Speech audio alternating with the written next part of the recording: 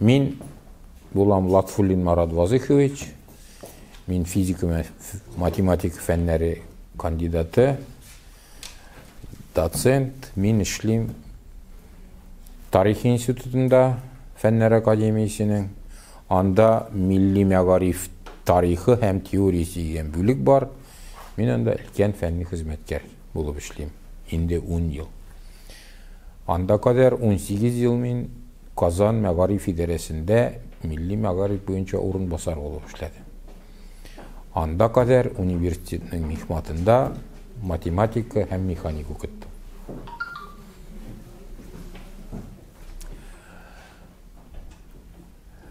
Bizning benim leksiyanın teması tuğan tilde okutunun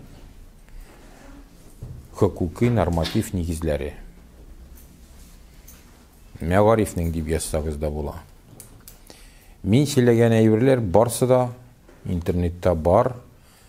Okutucu işlegen kişiler anı bilirge de tiyişler. Onlarının vekaletlerinde yazıp koyulgan.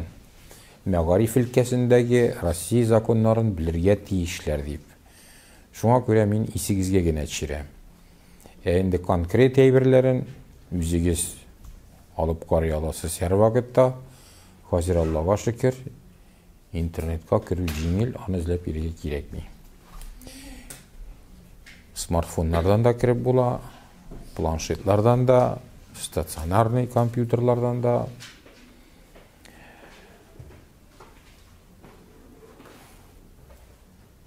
Tuğan tilde okunun bizning ilde ayrım zakonları yok. Ol umumi megarif zakonları negizinde alıp barıla. Hem ol zakonlarda karalgan.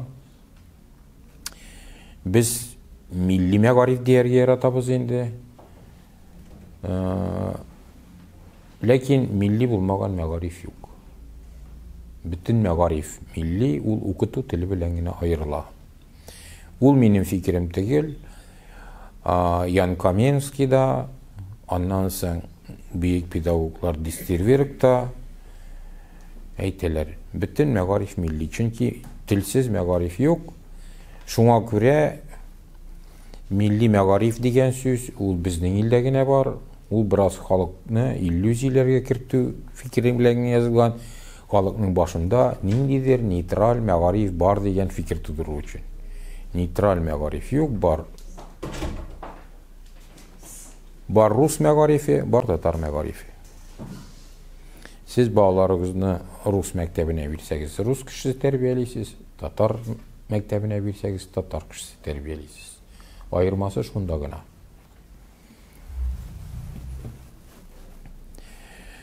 Әлбәттә, Ян Каменский да, Distirverk да укыту туган телдә булырга тиеш дип яза. Ян Каменский әле чит телләрне 7нче класстан гына өйрәнергә мөмкин ди. Ян Каменский нәрсә белән билгеле ул? Укытучы кешеләр, укыткан кешеләр. Ян Каменский класс дәрес системасын керткән кеше.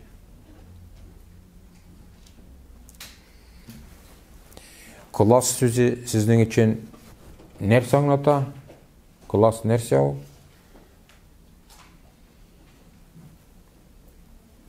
Бізегіште нече ойлайсыз? Класс нәрсе ау? Сізде ненде ассоциациялар тудыра? Да, еш бойынша бір ешлік балалар. Тағы ненде класс сөзі білесіз сіз?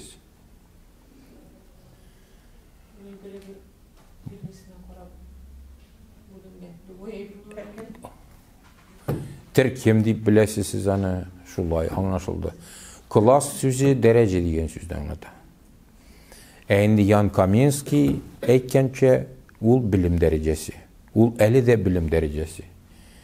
Ләкин сіз аненде біздің практикадан қарап бір яшлық балалар деп ойлайсыз. Әлбәттә сіздің яштегі кішілер шулай ойлайлар, ләкин аның тип мәгънәсе білім дәрежесі класс сөзін аңлата. Siz pedagog olarak bilesizde. May ayında petsovet ötkərilə, anda klass жетекçi çıkıp okuyup özünün klassındaki bağlarını familiylər bilən hem eytə. Bunların hər birisi məsələn 5-ci klass programmasını ötədi. Шуңа күрә 6 класска аларны күчерәбезме ди. Бөтен кеше кул күтәрә. Күчерәбез ди.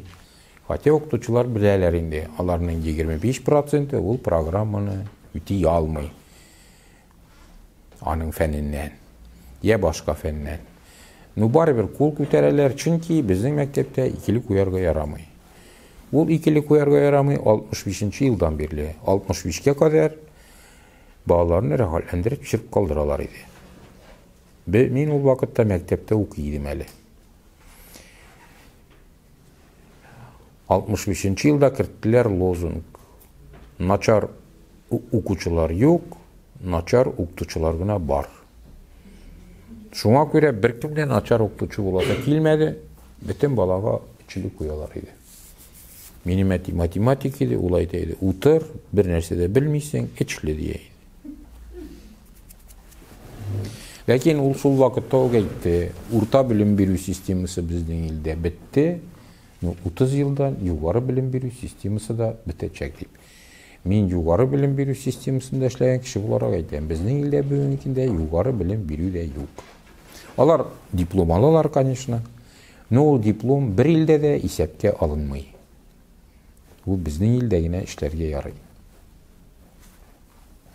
Элек, әле без укыган вакытларда физика, математика фәннәреннән алынган, безнең вузларда алынган дипломнар исәпкә алына иде башка илләр тарафыннан, ул диплом белән башка илләрдә эшләп була иде. Бүгенге көндә ул фәннәрдән дә юк. Элек юристлар белән табибларның гына дипломнары исәпкә алынмый иде. Чөнки юристлар белән табиблар хәзерләү системасы башка илләрдә бөтенләй башка төрле. Табиб я юрист булыр өчен башта ниндидер техник вуз тәмамларга кирәк. Аннан соң гына укып була юристка я табибкә.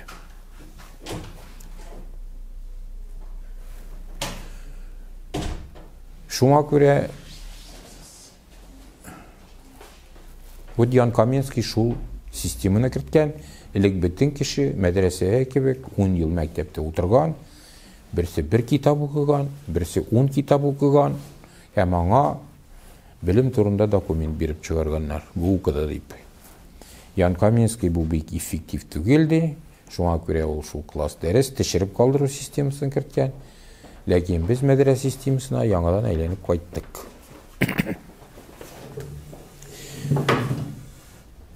Аның нәтиҗәләре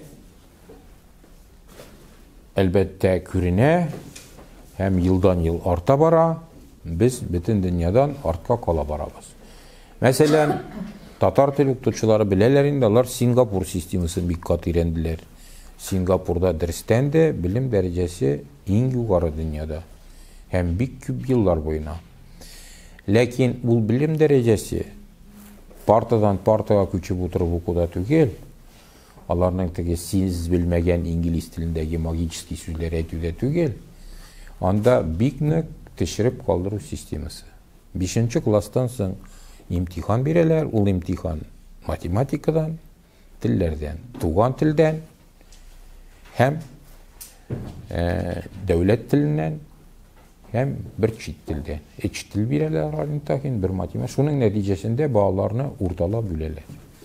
Яртысы китә училищеләргә укырга, яртысы 6-нчы класска мәктәптә белем алырга. Һәм алар төрле әйберләр өйрәнә башлар. 9-нчы класстан соң шундый имтихан, шул имтихан нәтиҗәсендә балалар тагын 50%-ка бүленә. 50-се китә техникумга, калганнары урта мәктәпкә, урта мәктәп бетергәннәр университетка кирип укый алалар. Шуңа күрә анда бик яхшы белем системасы. Безнең илдә дә әгәр дә 25% кеше генә калса урта мәктәптә, мин ярый торган белем дәрәҗәсе булыр иде дип уйлыйм. Мәсәлән, сугышка кадәр 40-нчы елны бу мин үзем барып өйрәнгән цифрлар архивтан государственный. Татарстанда 600 мең бала укыган. Хәзер Татарстанда күпме бала укый беләсезме? 380 мең. Татарстанда 2 мәртәбә күбрәк бала укыган сугышка кадәр. Һәм булган 180 урта мәктәп авылларда 60 мәктәп шәһәрләрдә, урта мәктәп. Шул кадәр балага. Бүгенкендә Казанда гына 180 урта мәктәп. Беренче класска кергән балаларның яртысы гына 7нче классын тәмамлаган. Калганнары ФЗУда укыганнар. 2 ел утырып чыгып калгач, милиционер килгәндәләрне алып киткән ФЗУга, аларны киендергәннәр, ошатканнар, алар эшкә өйрәнгәннәр. 8нче, 9нчы, 10нчы класслар түләүле булган. Бу безнең илдә.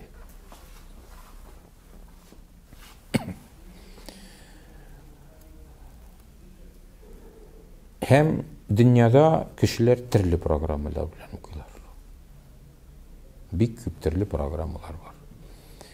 Германиядә, мәсәлән, Сингапурда кебек ул кадәр каты режим түгел. Анда балалар 3-кә бүленә 5нче класстан соң. Нәтиҗәләренә карап имтиханның.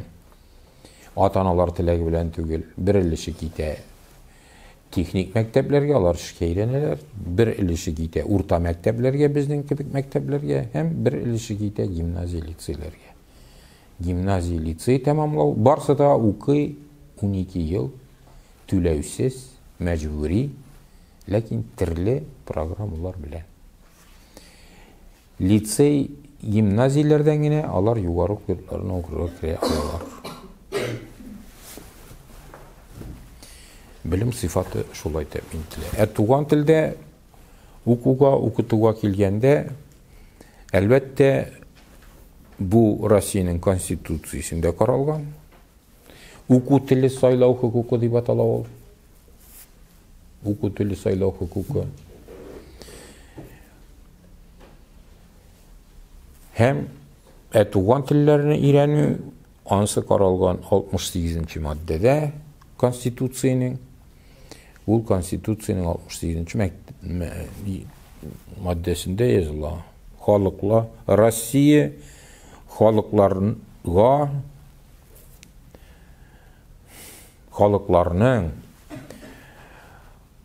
телләрне, туган телләрен үстерү, өйрәнүгә, хукукларына гарантия бирә дип. Хукукларына гарантия бирә. Ул хукукларны боза алмыйлар була инде. Туган тел дип сез нәрсә аңлыйсыз? Нәрсә ул сезнең өчен туган тел?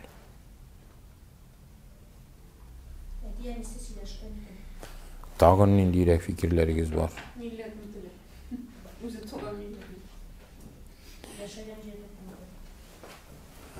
Халыкара документлар буенча, конституция буенча да туган тел ул халыкка карый. Халыкның теле туган тел дип атала. Ул инде кулланыла федераль дәүләт стандартларында, билим стандартларында, анда туган тел дигән гомуми предмет кертелә. Ул инде һәр халыкның үз теле. Ләкин ул әби теле дә түгел, әни теле дә түгел, ул халык теле. Әлбәттә, Россия социологлары арасында төрле фикер бар. Алар аны халык теле дип исәпләмиләр. Алар әйтәләр, ул беренче өйрәнгән тел, икенче тел, әти-әни теле, һәм төрле трактовкалар бар. Алар барсы да ассимиляцияләштерүгә юнәлтелгән атамалар. Бердән-бер конституция язылган, аның мәгънәсе халык теле. Һәм шуңа карап халыкның ассимиляциясен билгелиләр. Туган телләрен белүчеләргә һәм белмәүчеләргә карап. Мәсәлән, безнең илдә 10нчы елдагы перепись нәтиҗәсендә 5 миллион татарның 1 миллионы татар телен белми. Ул инде бездә официаль ассимиляция 20% дигән сүз. Ул әле перепись буенча. Реаль ассимиляция әлбәттә югарырак, чөнки татарларның күбесе Россиядә яши. Күбелеше. Һәм аларның 7% гына мәктәптә туган телләрен укыйлар. 7% гына. Ул да бездәге укыган кебек түгел, 1 сәгать, 2 сәгать факультатив рәвештә Чөнки Россиядә бүгенге көндә татар теле укытучылары хәзерләү туктатылган. Ул Татарстанда гына бар, Татарстанда инде дә ул да, улсы да күз буяу өчен генә. Чөнки ул татар халкының мәнфәгатьләрен үти алмый. Чөнки 5 миллионлы татарның 500 мең укучысы бар мәктәптә укучысы. Ул мәктәптә укучы балалар саны халык санынан 10-1 тәшкил итә. Тел укыту өчен 10 укучыга бер укытучы кирәк. Укытучы. Әлбәттә, ул кадәр укытучы юк, һәм кирәк, һәм аларны алыштырып тору өчен укытучылар саны кимемәсен өчен булган укытучылар санының 5% кадәр укытучылар хәзерләп торырга кирәк. Әлбәттә, безнең ил бүгенге көндә башка юл белән бара. Ул юлның инде икәнен сез беләсез инде.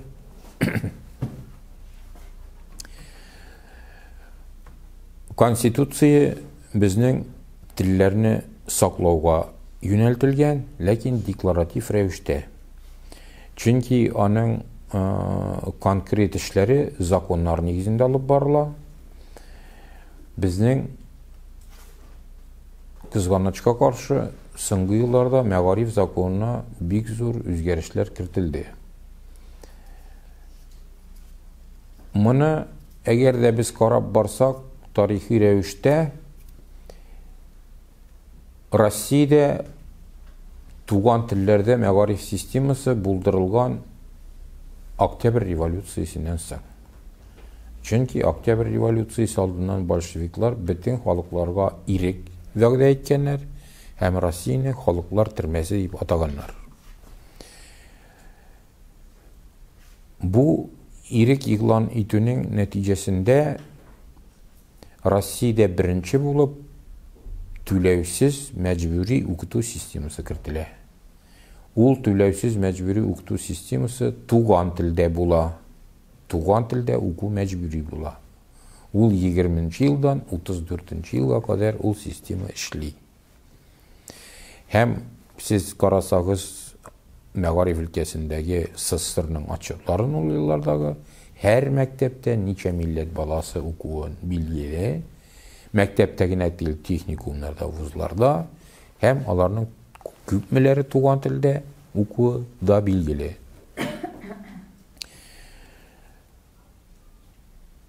Дөньяда мәҗбүри түләүсез укыту системасы бармы дигән сорау туа. Сез ничек уйлыйсыз? Бармы ул дөньяда? Безнең илдә генәме ул?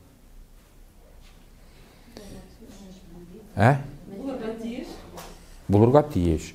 Берләшкән Милләтләр оешмасының карары нигезендә һәр илнең хөкүмәте халыкларына түләүсез мәҗбүри мәгариф системасы булдырырга тиеш. Ниндидер дәрәҗәдә бүгенге көндә дөньяда урта белем бирү норма рәвешендә бик аз илләр генә мәҗбүри урта белемне оештырмыйлар. Иң беренче булып мәҗбүри урта белем бирү системасы кая кертелгән дип уйлыйсыз? Иң беренче булып мәҗбүри түләүсез белем бирү системасы Англиядә 1710 елда кертелә. Бездән 200 ел элек. Алар башта кертәләр мәҗбүри белем бирү системасы башлангыч мәктәптә түләүсез. Инде өлкән классларда, урта мәктәп, тип мәктәптә 5-нче, 7-нче, 5-нче, 9-нчы классларда алар 40 елдан соңына кертә алалар. Аңа каршы кешеләр булалар иң беренче чиратта укытучылар.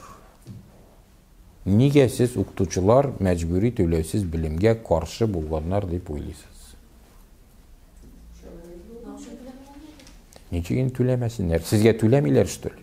Сез дә бит түләүсез. Белем дәрәҗәсе күрсәткечләре төшә. Юк, ул сезнең башыгызга да килми, чөнки сез ул шартларда эшләмәгән кешеләр.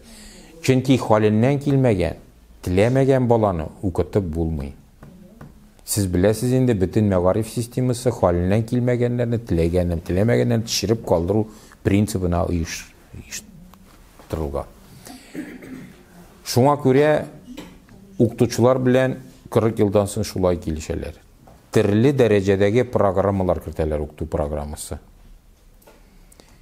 Бик жеңілрәкне һәм элекке түләүле мәғариф системасында булган югары сыйфатлы білім беру. Ул программаларга балаларны укытучылар үзләре бүләргә хокуклы булалар.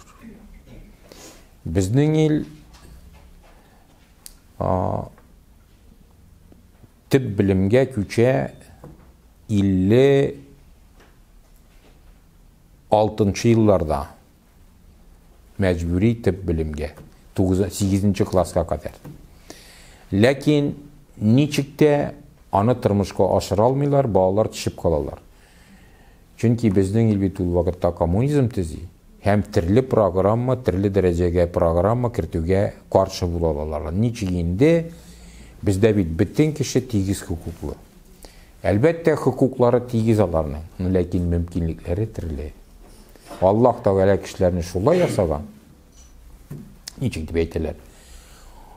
Акылны тулы биргән, ләкин савытларын төрлечә ясаган.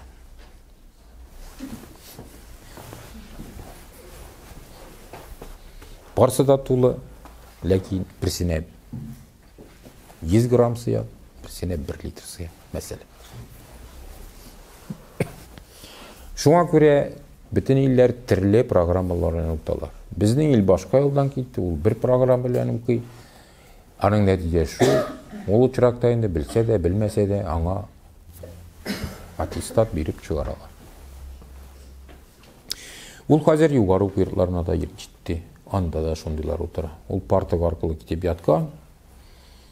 Ул укый, ул түләгән, аңа диплом бирегез. Әлбәттә, түләүле югары белем бирү системасы дөньяда ул күп өлеш алып тора. Германиядә генә түләүсез югары белем бирү системасы. Калган илләрдә ул түләүле. Ләкин түләүле дип, сез анда диплом сатып аласыз дигән сүз түгел. Анда шундый система. Пересдача дигән әйбер ул Россиядән башка бер илдә дә юк. Әгәр дә сез предметтан имтиханыңызны бирә алмасагыз, ул предметны яңадан узасыз, башыннан башлап. Түләп һәм түләп экзамен. Шулай сез 100 елда укый аласыз, беркем дә аңа каршы килми. Ләкин диплом алу өчен айрым бер күләмдә предметларны бирергә кирәк, мәҗбүри предметлар, аларның исемнәре бар. Бер 30лап, 40лап, һәм шуның кадәр үзегез сайлаган предметлардан имтихан бирергә кирәк. Ул укытучыга барыбер, сез түләгәнме, түләмәгәнме, һәм имтиханында укытучы белән бала арасында сөйләшү белән узмый. Ул язма имтихан, аны комиссионны тараталар, җыеп алалар, һәм сезгә нәтиҗәсен генә әйтәләр. Шуның белән бетте. Апелляция булырга мөмкин, ләкин сез укытучы белән очрашмыйсыз.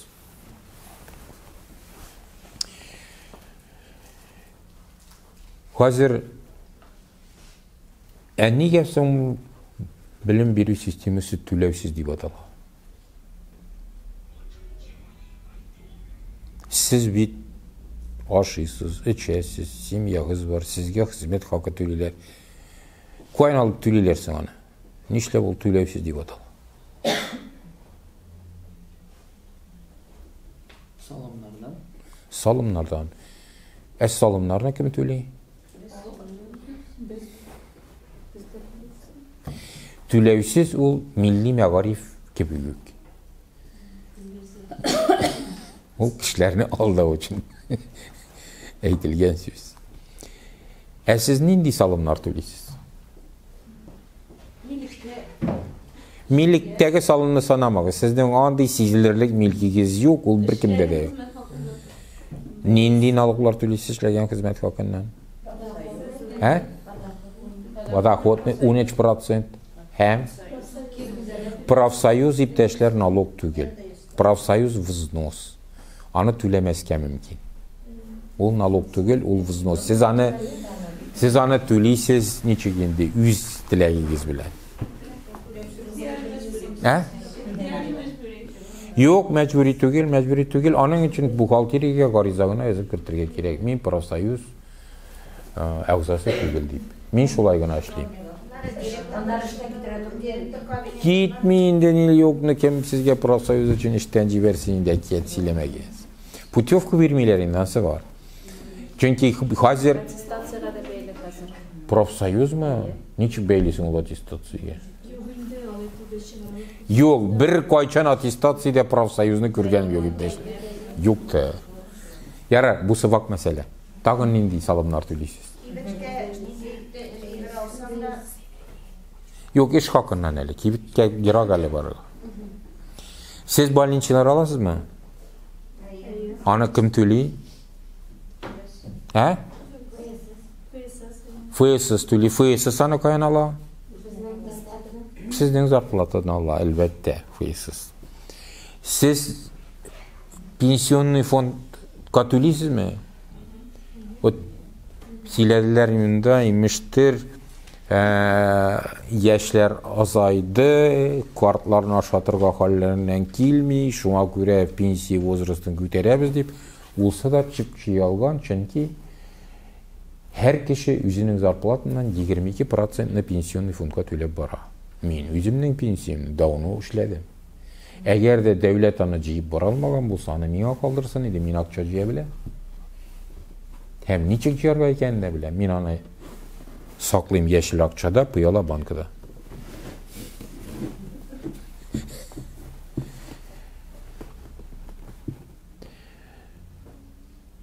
Шуңа күрә сезнең зарплатадан 22% китә пенсионный фондка, 13% китә подоходныйга, бөтен налогларның барсында санасаң, 48% китә дәүләткә сезнең хезмәт хакына. Бер кешегә 100 сум зарплат түләр өчен бухгалтерия 48 сумны башта дәүләткә күчерә. Ансыз сезгә акча күчереп булмый. Бусы хезмәт хакыннан. Ләкин налоглар моның белән туктамыйлар. Иң зур налог НДС. Налог на добавленную стоимость. Сез товарлар алганда күрәсез инде 20% өстәлгән дип язылган. Ләкин ул аның бик кичкенә өлеше. НДС ул шундый налог, ул шулай түләнә. Мәсәлән, җирдән руда казып таптылар.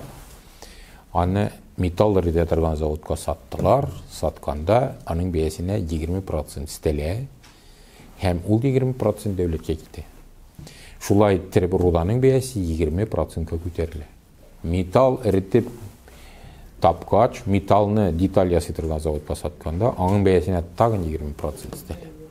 Ул 20% дәүләткә китә. Ул детальдән машина ясагач, тагын 20% өстәлә. Әле теге процентларын санасаң, ул 60 кына булмый, 80-гә менә. Аннары соң ул машинаны оптовый складка сатканда тагын 20% өстәлә. Оптовый складаны кибеткә сатканда тагын 20% өстәлә. Ул тегеләр 20, ул берсе өстенә берсе әйләнеп бара, һәм сезгә сатканда аңа тагын 20% өстәлә. Һәм шулай итеп НДС товарларның бәясен 300-дән алып 500%-ка кадәр күтәрә. Һәм шуңа игътибар итәм, сез аны түлисез, уже бөтен налогларын түләп алган акчадан. Бу налог өстенә налог. Ләкин бу налог белән дә налоглар бетми. Мин инде теге семейный налогларны, вак налогларны санап тормыйм. Алар ерунда на имущество, на машину, тегесе монысы. Бар акцизлар. Акциз бар бензинга. Сез уйларсыз, аны кергән кешеләргә түли дип. Ләкин ипи ул бензиннән генә тора. Ит тә бензиннән генә тора. Җирне сөрергә кирәк. Аны чәчәргә кирәк. Аны эшкәртергә кирәк. 1-2 мәртәбә. Аннан соң аны җыеп алырга кирәк. Аннары соң аны киптерергә кирәк. Аннары соң аны ташырга кирәк. Аннары соң аны тарттырырга кирәк. Аннары соң аны пешерергә кирәк. Ул барсы да бензин. Ә бензинның бәясенең 70% дәүләткә китә. Акциз 70% бензинде. 70. Әлбәттә, без бит Россиядә торабыз. Аннан соң акциз бар аракыга. Ну, ансын эчмәскә ярый, ансын санап тормыйм. Тагын бер әйбер бар, безнең илдә халык куллану товарлары дигән әйбер бар. Сез аны беләсезме, нәрсә икән? Халык куллану товарлары. Анда керәсез кигән киемнәр, телевизорлар, холодильниклар, стройматериаллар, һәм башка тормышка кирәк бөтен җиһазлар. Сез истегезгә карасагыз, алар барсы да чит илдән. Чит илдән сез үзегез ул товарларны алып кайта алмыйсыз. Үзегезгә алып кайтырга мөмкин бер экземпляр. Ләкин сатуга бер чемодан тиеп кайтырга кемдә рөхсәт бирми, бер кечкенә генә закон бар. Алар лицензионный. То есть чит илдән халык куллану товарлары кайтару өчен сезгә лицензия сатып алырга кирәк. Ул лицензия бик кыйбат, аны бик зур Мәскәү, Ленинград фирмалары гына сатып алалар. Алар ул товарны алып кайталар, һәм 25% истәп сезгә саталар. Шуңа күрә тагын улсы косвенный налог дип атала, тагын 25% налог өстәлә. Шуның исәбенә Мәскәү, Ленинград укытучылары, врачлары истәмә түләү алып торалар һәм пенсионерлары. Ана бит Ленинград белән Мәскәүнең мерлары хатыннарының туннарын сатып түләмиләр. Ул ниндидер аларның доходлары бар. Ул доход шундый, шул фирмалар доходы. Чөнки алар барсы да Мәскәү белән Ленинградта налог түләй. Ләкин налоглар моның белән генә чикләнми, тагын бар таможня. Сез ишеткәнегез бар инде. Таможенный сборлар бар. Чит илдән чыкканда, товар алганда, ул машиналарда бик күп, ул төрле товарларда төрлечә, ләкин таможня бик күп акча җыя, үҗрәтенә ул барысы да дәүләткә китә. Ләкин ул таможнясын акчасын товар алып кергән кеше. Аны бит сатканда бәясенә куй, аның башка бернинди чыганагы да юк. Вот шулай итеп түләүсез мәгариф системасы төзелә, һәм түләүсез медицина.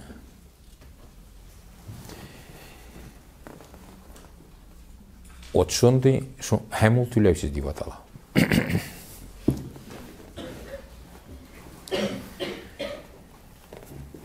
Бу гумуми мәгариф принциплары хәзер без класс дәрес системасын уздык, принципларын уздык. Хәзер küçük federal devlet, мәгарифнең федераль дәүләт стандартларына.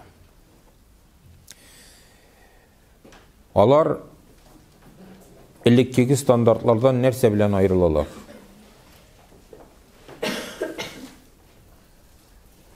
Безнең бит әле элек стандартлар белән без укыйбыз, шулай бит алар 10-11 шул стандарт белән укыйлар в основном.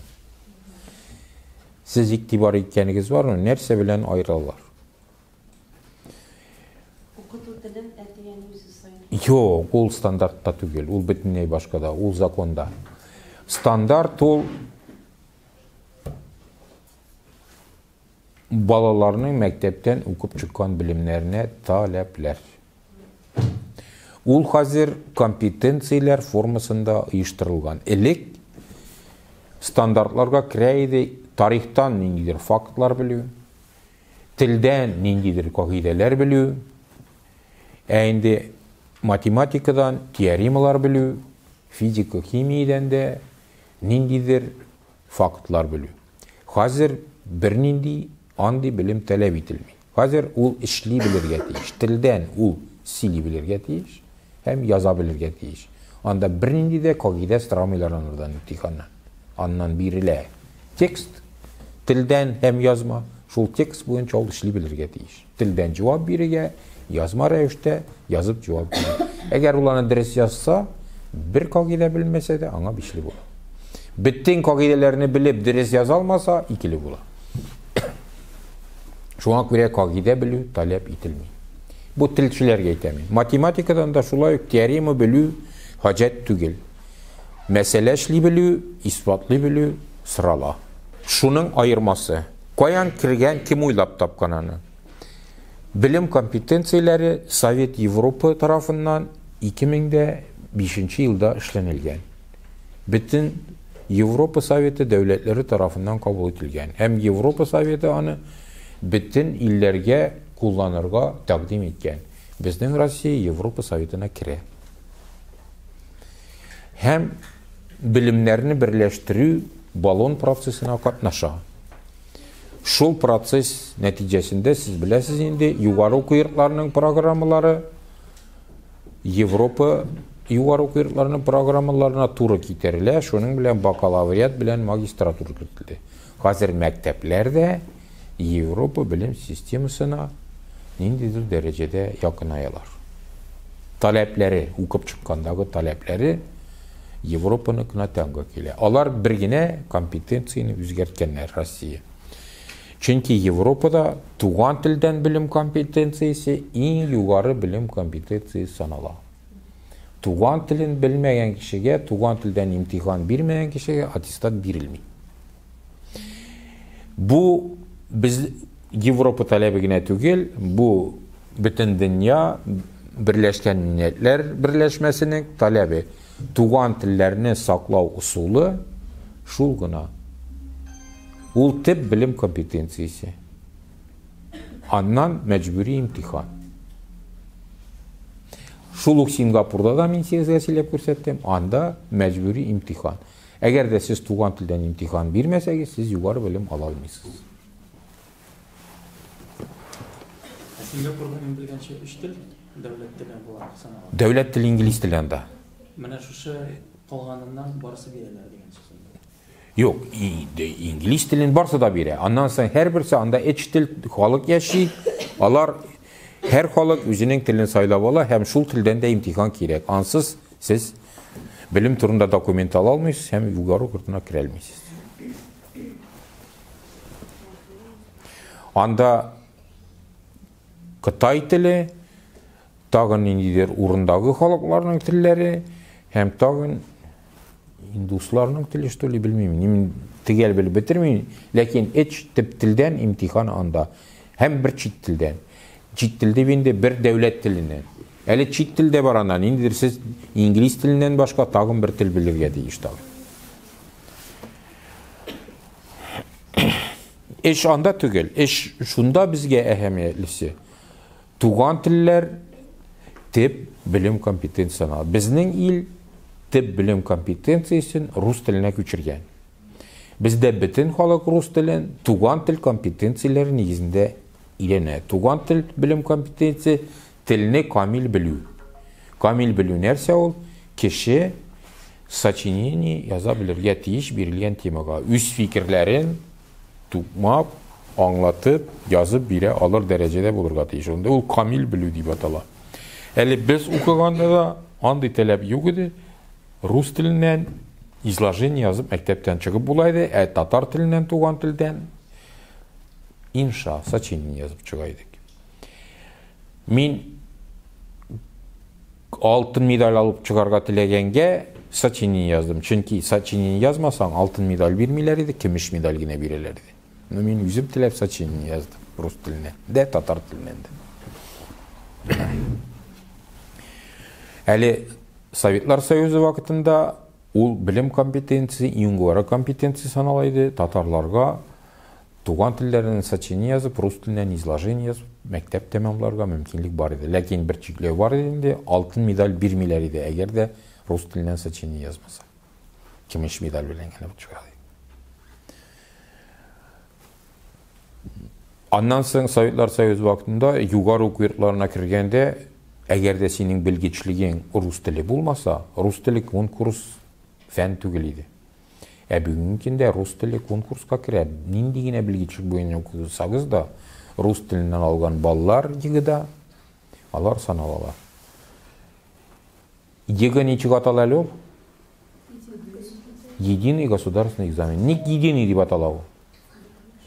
Білесіз mi sebebini? Siz думаете, Sovetler Soyuzu vakitinde biz her kişi için türlü imtihan verip çıkaydık. Bütünüsü Moskov'dan geleydi imtihanlar, biletler. Birdem deyip atala ol. Ol şuna göre mektepnin çıkarılış imtihanları yukarı yurtuna göre imtihanları olup turalar. Шуңа күрә ул бердәм дип атала. Единый дип атала. Әлбәттә, бу эш бер илдә дә юк. Бу дөньяда беренче мәртәбә эшләнелгән эш. Без мәктәпне тәмамлаганда 6-7 имтихан бирә идек. Мәҗбүри. Һәм инде югары уку йортларына кергәндә тагын 4-не бирә идек. Безнең бөтен җәй имтиханга китеп бара иде. Ә хәзер 3 имтихан бирәләр дә йыгы, интернетка карап утыралар, кая керәмен икән.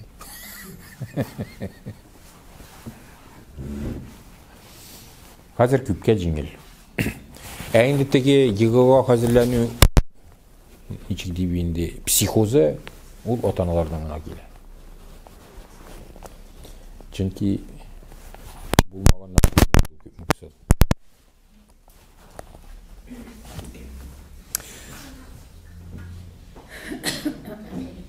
Крылов, Изоп язганнар. Соловей — это не ученый воробей.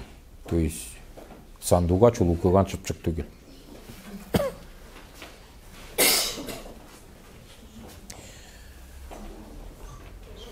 Мин моннан башладым сезгә Советлар Союзында булган системаны күрсәтү өчен. Советлар Союзы вакытында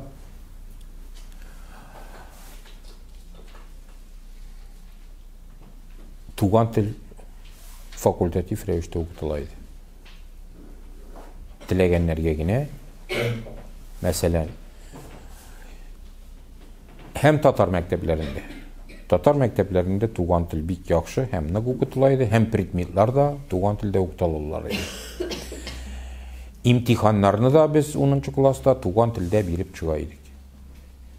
Югары уку йортларына кергәндә дә имтиханны туган телдә биреп була иде. Теләсәң. Ә инде телдән фәннәрне биреп була иде татар телендә. Әлбәттә, бу Татарстанда. Мәскәүгә барсагыз, конечно, сездә татар телендә кемдә имтихан алып утырмый, русча бирергә кирәк була иде.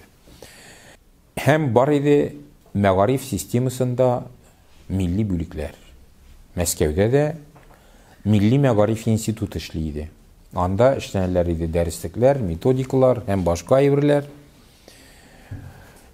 Һәм дәреслекләр хәзерләнәләр иде Мәскәү тарафыннан. Мәгариф нәшрияты ул Мәскәүнеке иде. Казанданың филиалы бар иде.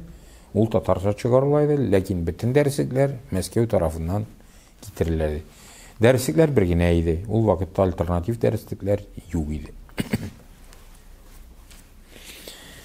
Татар телендә бөтен дәреслекләр бар иде, бөтен фәннәрдән.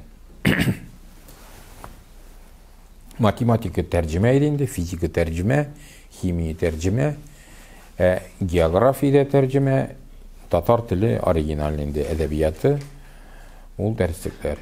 Һәм алар атнага татар теле 5 сәгать керә иде, безгә рус теле 10 сәгать.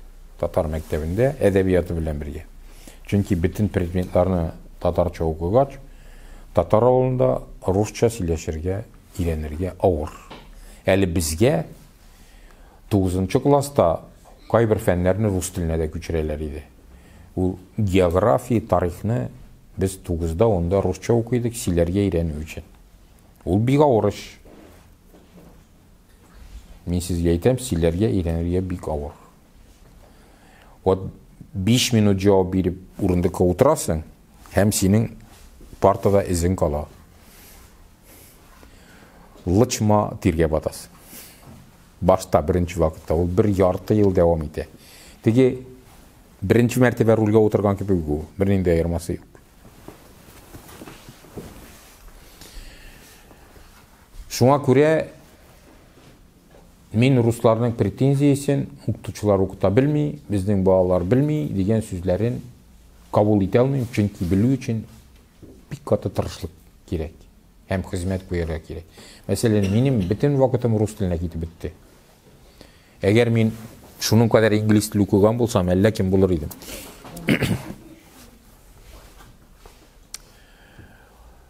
Ә хәзер 90-нчы еллардан соң федераль хөкүмәт үзенең компетенцияләреннән туган телдә укуны, туган телләр өйрәнүне бөтенләй алды.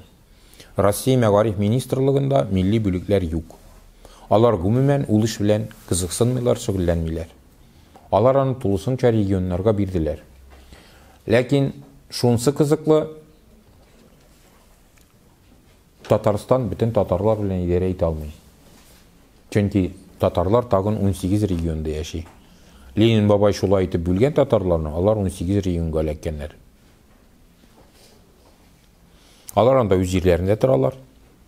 Бездән мәсәлән 5 километр татарлар ул Ульяна өлкәсендә, алар шулай ук безнең кебек, ләкин алар Татарстан түгел, анда татар мәктәпләре юк иде. Бар иде инде алар. Ләкин 90-нчы елдан соң барысы да бетеп китте, чөнки алар белән идарә итүче юк. Мәктәп ул үзе генә мөстәкыйль рәвештә хәрәкәт итә алмый. Иң беренче чиратта идарә органнары кирәк, материал якларын карап торучылар, укытучы биреп торучылар, чөнки мәктәп ул беренче чиратта укытучы, ул бина түгел. Укытучысыз мәктәп булмый. Алар инде регионнарга бирделәр, булар үзләре үләләр дип. Дөрестән дә күп халык үлде.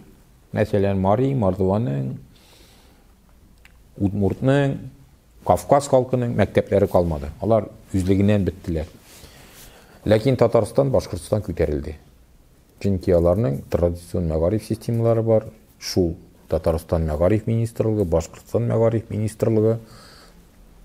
Һәм ул үсә башлады. Алар регионнарга да үтеп кирделәр. Татар мәктәпләре регионнарда да үсә башладылар. Шуннан соң 2000 елда ул үсеш ул барды үзлегеннән кемдер ясап биргән әйбер түгел. Мин сезгә үземнең мисалдан әйтәләм. Мин университетта мехматта укыта идем, ләкин мине һәр вакыт борчый иде Казанда татар мәктәпләре булмавы. 90-нчы елда мине депутат итеп сайладылар, шәһәр советы депутаты. Шуннан соң минем группадашым Фаил Габдулбарович белән, ул Төзелеш университетында профессор, зав кафедры, аның белән бергә Казанда милли мәгариф системасы дигән программа төзедек. Ул программаны совет аша бик зур сугышлар белән бер атна сугышып уздырдык. Аңа каршы кешеләр бик күп иде. Шул ук хәзерге президент аппаратында эчке эшләргә җавап биргән Терентьев Александр Михайлович үлеп сугышты. Ул вакытта Мәскәү районында замглавы иде. Һәм Салагаевны ишеткәнегез бармы, юкмы? Ул үлде инде. Ул КХТда профессор иде, социолог. Но вот аның тирәсендә йөрүче Шигловны беләсез инде сез. Вот шулар бик каты каршы чыктылар. Һәм ул программа кабул ителде, ләкин үтәлмәде. Мин мәгариф идарәсенә йөри башладым. Анда Прохоров утыра иде, мәгариф идарәсендә начальник. Сез Прохоровны беләсез. Ул профсоюз җитәкчесе бүгенге көндә Юрий Петрович.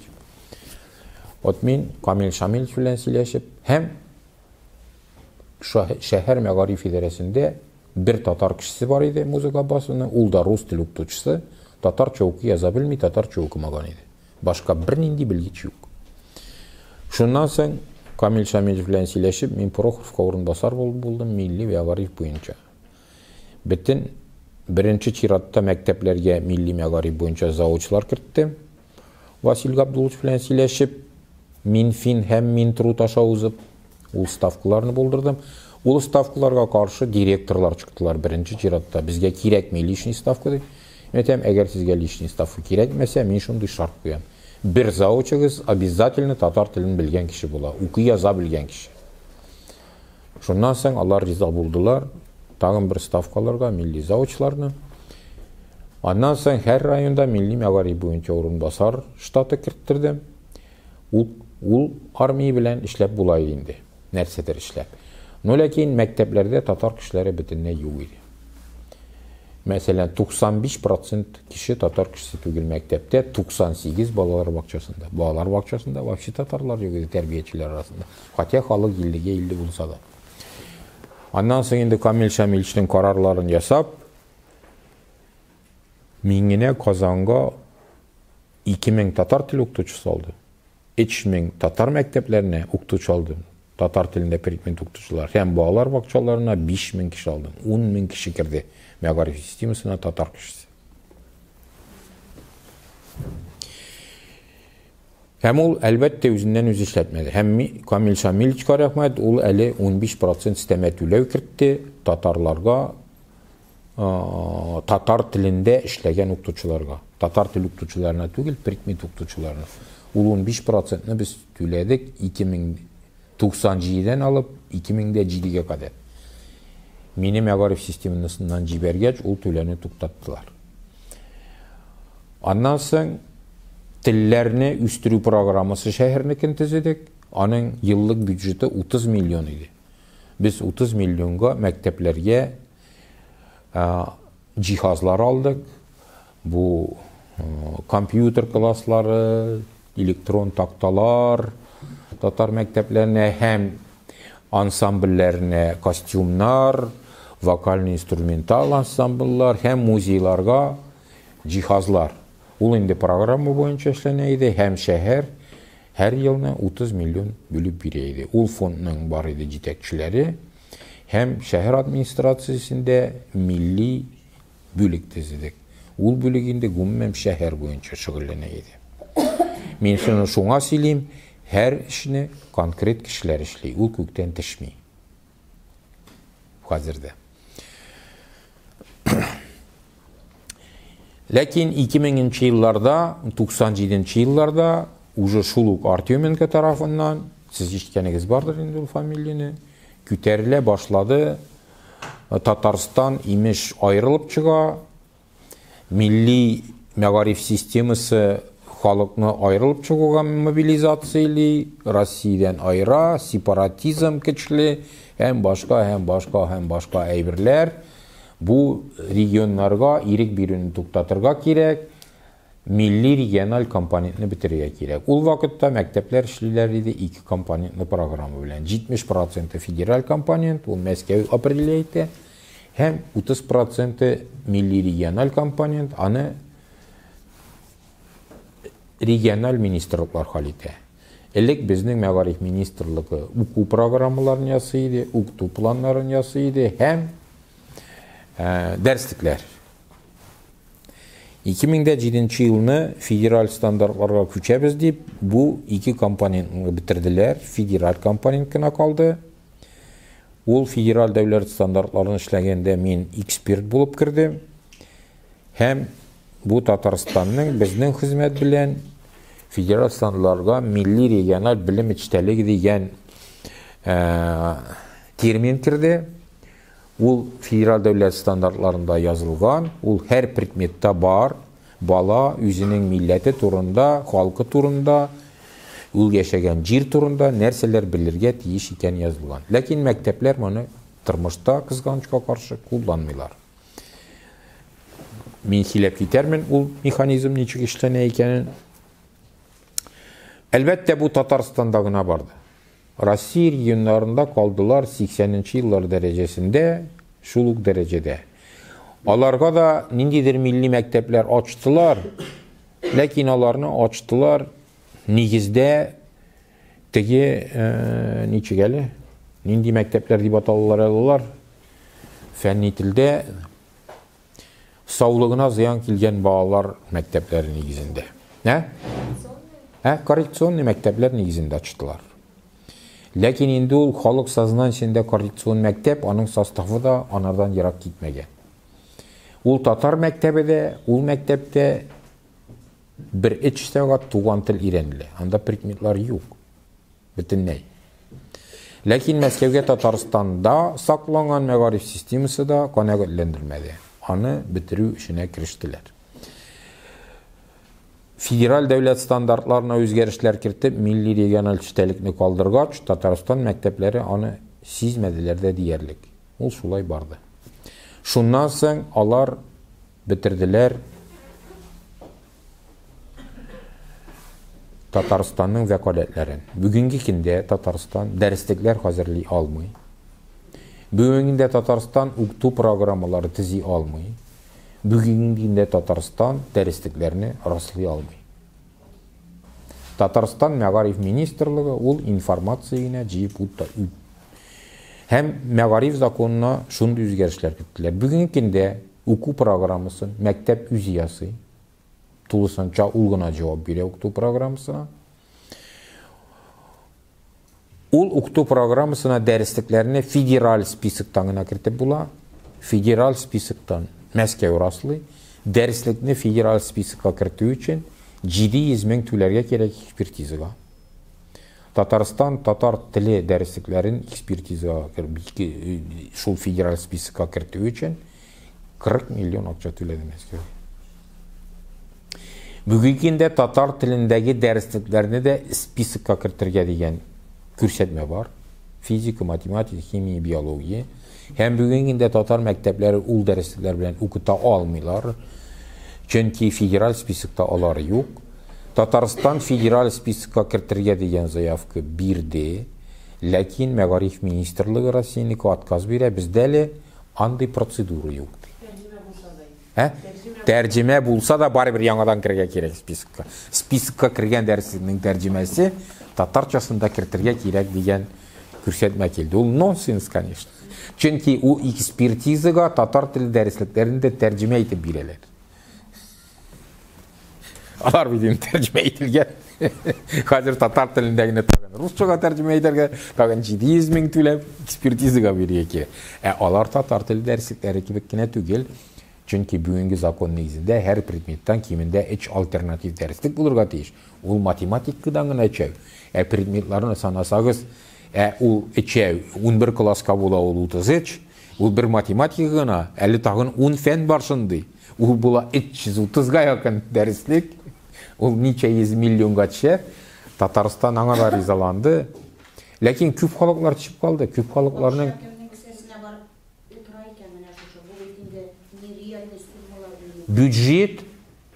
бюджетның каян җыелганын мин сезгә сөйләдем.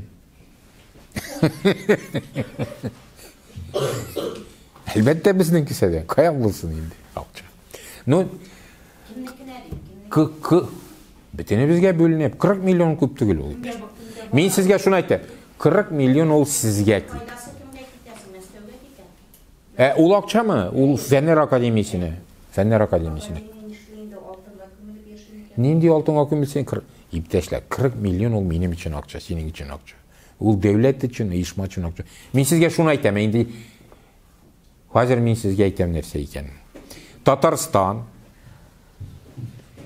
узган ел Россия бюджетына 800 миллиард акча күчерде.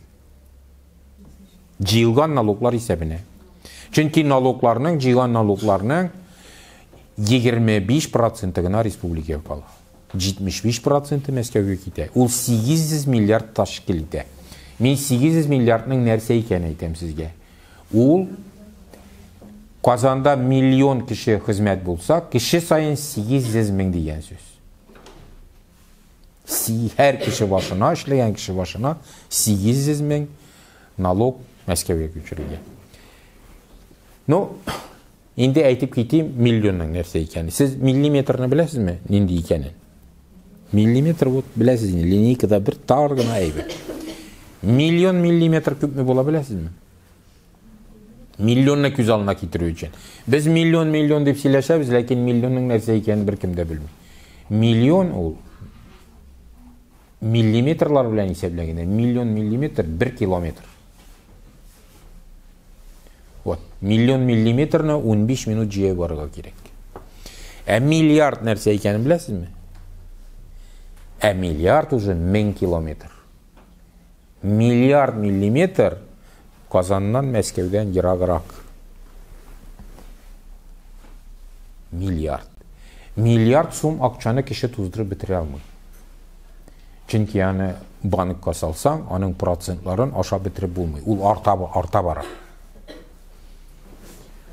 Вот шуңа күрә 40 миллион ул Татарстан өчен ул бер нәрсә түгел.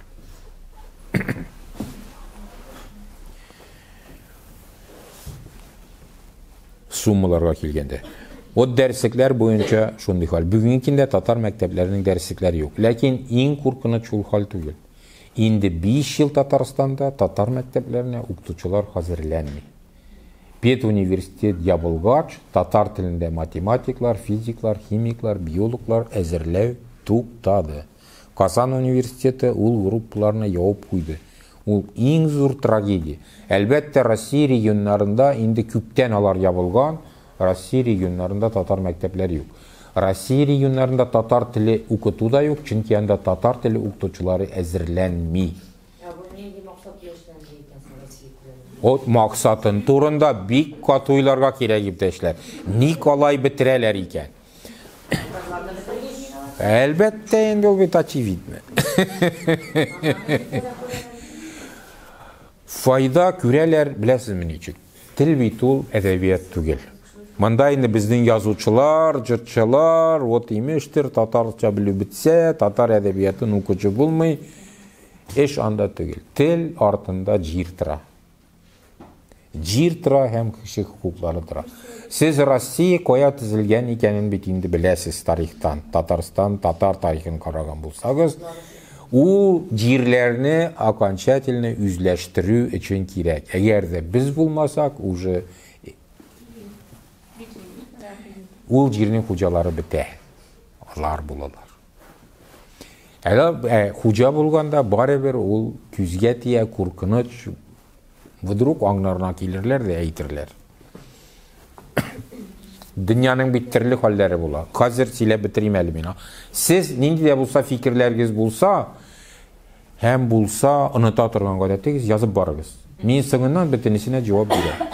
Хәзер бүлә башласагыз, мин сөйлисе сүзләремне сөйли алмаячакмын. Аннан кайткач инде, ах, нигә әйтмәдем икән дип үкенеп ятармын. Мин әле төп әйберләргә барып җитмәгән. Хәзер Татарстанның бөтен хукуклары алынды, ләкин ул конституциягә каршы килә. Чөнки конституциядә язылган мәгариф системасы уртак дип, республикалар белән. Ләкин уртаклыкның бер нәрсәсе калмады. Дәреслекләр тулысынча Мәскәү укулында, укытучылар әзерләү тулысынча Мәскәү укулында. Чөнки югары уку йортлары беләсегез килсә, алар барсы да федераль хөкүмәттә.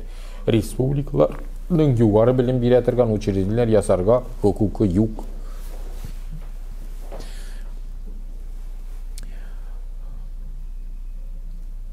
Ләкин бөтен вәкаләтләрне алдылар, үзләренә бернинди функция алмадылар. Милли мәгариф бүлеге Россиядә төзелмәде. Россия мәгариф министрлыгы милли мәгариф белән бөтенләй шөгыльләнми.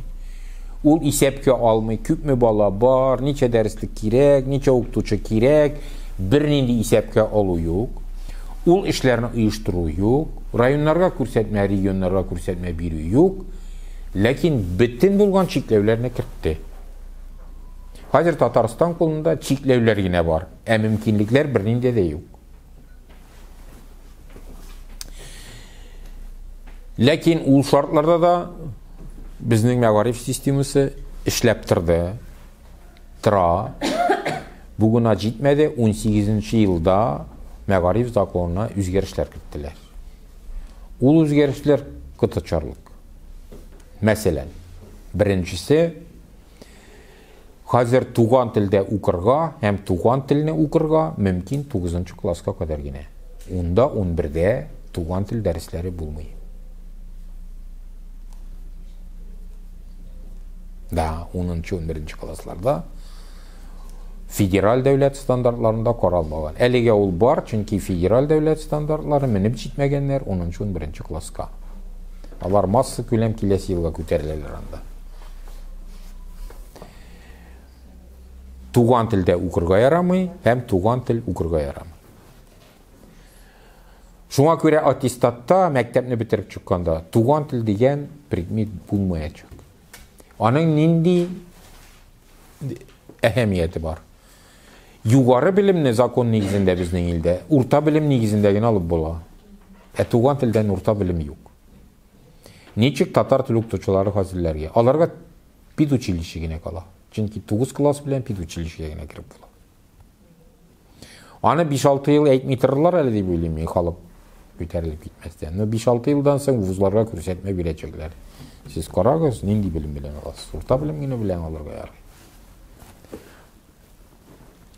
Bu indi tilegen kişilerge, uqtuvchilar hozirga. Endi predmet uqtuvchilari bugungi kunda faktik әзірләме. 10-15 yıldan Tatar mekteplere avtomat rəvişdə bitecek. Çünkü uqtırğa kişi bulmay. Anı bir turamdan kirib uqtıp bulmay. Hem derslikler de yok hazır. Çünkü bu dersliklerinin mektepke yaramı deyip yazının tağın bir yağı var. Respublika bir dersliklerini satıp ala. Alar tülevsiz. Tülevsiz dersliklerini Respublika satıp ala. Lakin ol derslik yine satıp ala. Hem rüksat itilgenliğine satıp ala. Respublika rüksat itilmegen dersliklerini satıp almay.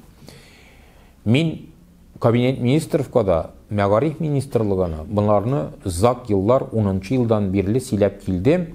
Lakin biznikiler bir nerseye karamay, Tatar tilinden dersliklerini spisika kirtmey alıp tırdılar. 30 yıl kildi Счетный palata hem o zakonsuz alınan dersliklerinin bitinisinin akçasını büdjetten aldılar. Hazır biznikiler niçin derslik alırga eken deyip akçazlarga yolları kalmadı. Tiller programmasındaki bütün programmalarını yapıp akçasını derslikке ciberdiler. Çünkü büdjetten de akça yok. Çünkü biznikiler Tatar tili dersliklerini spisika kirtirge sınga kaldılar. Big zor skandallardan sınına alar ol yolga bastılar. Lakin bar ol bugün bizim bugünkinde. Lakin Tatar tilinden dersliklerini satıp alıp bulmay. Satıp alıp bulmagaç alarını izdateliste çıkara almay. Alarını çıkara almagaç ul derslikleri hazırlayıcı kişilerine ul işten çıkara. Hem bizning 5-6 yıl kişi beti açıtır almay, ul başka kirip kite. Anlarısın dersliklerge rüksat bulsa da alarını kiri jiyip alıp bulmay. Ul штучный var. Anın bar korrektor, anın bar redaktorı, anın bar оформительleri, anın bar художниклары. Alar başka kirip gitse, tegişini taşlap geri gitmeyin. Anın bir simyasın karısı var, tegisi, balası, yüzünüz bilesiz. Dünya hallerini sizge silep durga gerek mi? Şul yağı var. Biz kişilerini yuvatırga bik mümkün. İkinci ограничениясы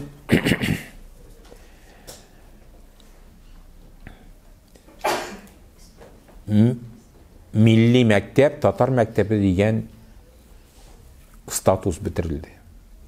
Elek mekteplerinin statusların bilgililer idi munisipalitetler. То есть главаның постановлениясында көрсетіледі, bu mektep Tatar tilinde okutadı. Hazır ул әйбер yok. Hazır ата-аналар üzleri saylıyorlar oku tilin. Alar saylıyorlar başta balalar vakçasında terbiye tilin hem tuğan til itip nindi til okuganların. Bu tağın bir üzgeriş tuğan til itip Rus tilinde saylap bula. Birinci klaska kirgende gariza yazalar, nindi tilde okuylar alar, hem tuğan til itip nindi til okuylar. Tuğan til itip Rus tilinde yazarga mümkün. Hem 5. klasta şunday gariza yazılar. Şulay mekteplerinin milli statusu bitirildi. Hem tağın bir ограничение Respublikanın devlet tillerin tilek bilen yine okurga. Hem fakultatif revişte yine tuğan tiller eli mecburi predmetler hesabına kireler. Siz tuğan tiline okuyusuz bari ver, lakin datana sayılı yüzünün tuğan tilini okuyma, Rus tilini okuyma. Zakonda ol irikli sayılı deyip yazılsa da, elbette tuğan tilini okuysun mu, Rus tilini okuysun mu, irikli sayılı o değil. Çünkü Rus tilinden yıgı var. Ana hazırlanırga gerek. Lişni iç sevat Rus tili okunun ziyanı yok. Şulay bir tuğan tili hesabına. Hem ol yığının balları vuzga kirgende hesap kalına. Tuğan til bir koyda hesap kalınmay. Ananın imtihan da yok. O bir kimge gerek miydi? Anasından kimde sıramıydı? Şu şartlarda ata-analar nerse saylarlar iken deyip baş vatıp tırıga gerek mi? Elbette giroylar bulur.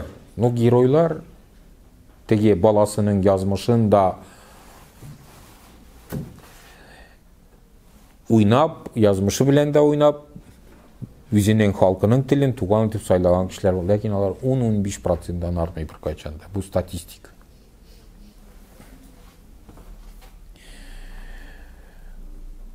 Endi devlet tilin irikli okutu ul niçik dip aytırga kerek. Elbette tatlı tız dip aytip bula, açı şeker dip aytip bula. Lekin anday aybir dünyada bolmay. Devlet tiline kelgende, tuğan tilge kelgende ul tillerinin statusu. Devlet tili kürsete tilinin mecburi kutuluğun. Şulguna. Nindidir ayrım devlet tili yok. Ul nindidir halkının tuğan tili. Hem tuğan tilde devlet tilinden ayrım til tigil. Ul tilinin statusu. Ul tuğan til buluğuna karab, devlet tili buluğuna karab, ul tilinin gramatikası özgermi, semantikası özgermi, okutu metodikası özgermi, ul şuluk til. Şuna göre bilim birinin federal devlet standartlarına aylanıp kaytsağız da anda mesela Rus tiline karata Россия Federasyasının devlet tili degen predmet yok. Anda var bir Rus tili degen predmet kana.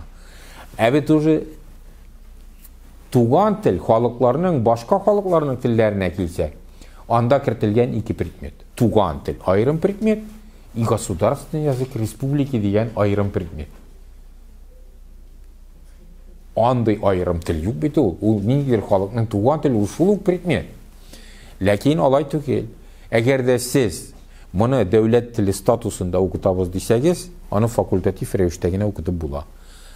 Lakin Tatarstanda olsa da yok. Siz raspisaniyede göresiz, zakonda karalgan bulsa da Tatarstan Respublikasının devlet tili degen predmet raspisaniyede yok. Fakultatif revişte de bir mektepte onu okutmayı. Zakonda karalgan bulsa da.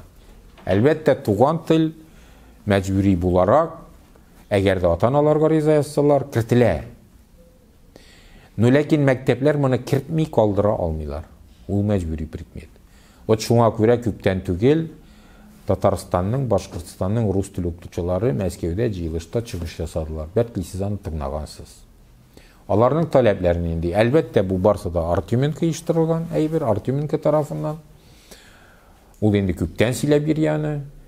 Tuğan tiller Sovetler Soyuzunda gibi fakultatif reviştegine okutulurga tiyeş. Şuna göre Ruslarga tuğan til degen predmet okutu kerekmi. Çünkü alar Rus tilini ucu okutalar. Tatarlar üzlerinin tillerin ide irene alalar. Tügereklerde iren alalar. Anlarsın tagın meçitlerde iren alalar. Hem nindidir tağındalarının uyuşmaları küp, bu anda irensinler. Mektepte fakultatif reviştegine. Bu Kazan'dan bargan Rus tili okutçusunun talebi. Hem tağın bir talebi 5 günlük oku. Bizning okutu planları Rossiyada şulay yasalgan. Eğer de sen tuğan tili okumasan 5 günlük oku okutu planını saylap bula, kirtip bula. Eğer de endi tuğan tili okusan, sen 5 günlük yasıymısın. Elbette o maksat için yasagan, çünkü ul saatler sanı Allah Teala tarafından çirilgen tügül kökten. Ul sanpinni kişiler uylap tapkanlar. Sanpin o balaların sağlığın tügül akçanı saklay. Çünkü dersler sanını kibeytsen, bücret zuraya küp tülerge gerek. Şuna göre dersler sanını çekliler. Endi kalgan predmetlerinin saatlerini şulay yasaganlar. Tuğan tilge urun kalmasla geydi. Tuğan til okusan sen 6-cı kinge kalasın. Subot okurga kalasın. Tatarstanda bütün mektep subotu okuy. Bunlar endi Tatarstan 5 günlükке küçerge. Talepleri tuğan tillerini mektepten, gümümen halklarının tillerini mektepten çıkarağına, mektep bir halkına bulurga deyiş, hem bir halkına hizmet ederge deyiş. Alarının bu elbette talep tarafından gına. Bu megarif zakonuna kiritilgen özgerişler men silep ketken. Alar konstitutsiyaya karşı kile. Rossiya konstitutsiyasine. Ул tiller turundagi zakonga da karşı kile. Ул bütün dünya normalarına da karşı kile.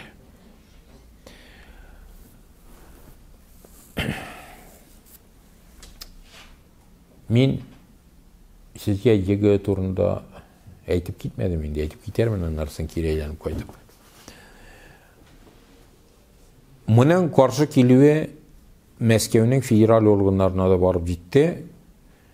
Bizning Россия президенті сыңғы рус тілі комитеті жиылышында әйтті,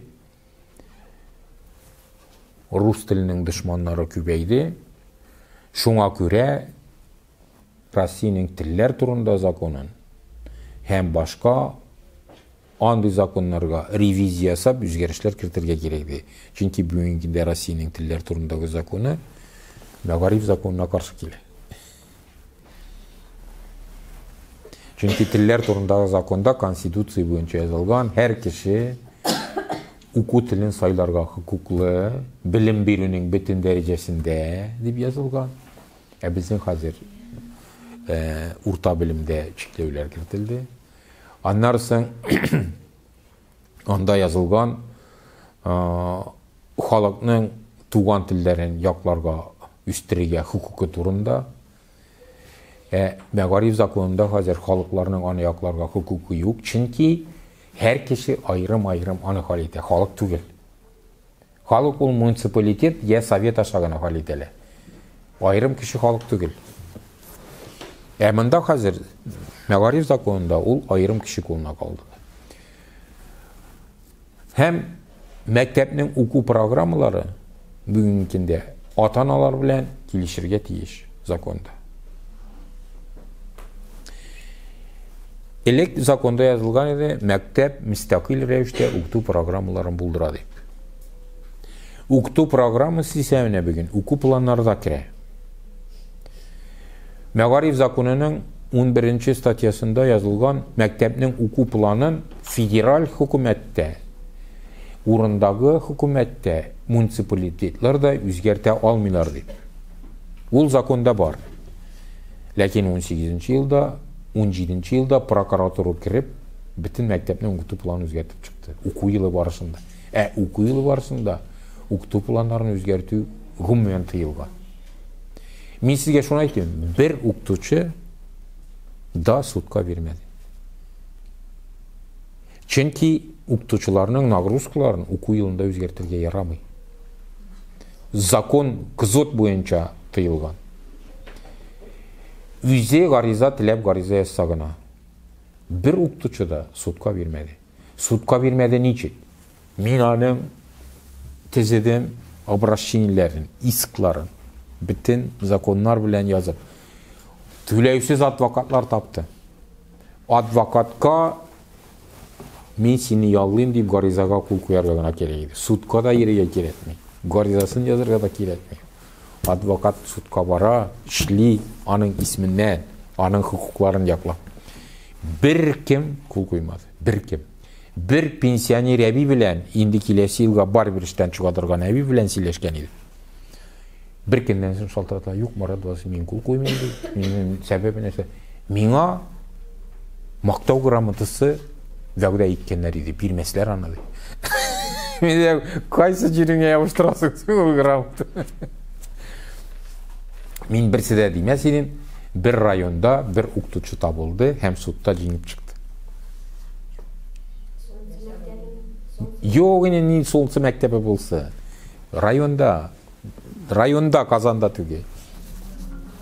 Бер рус районында. Алар керәшеп яшәргә өйрәнгәннәр. Аларның кемдә үзләренә салып тормый. Мәктәп түгел, укытучы. Бер нәрсә булма, нагрузкасы калды. 27 сәгате калды. Калган укытучыларны куып чыгардылар. Калганнары судка бирмәделәр бит.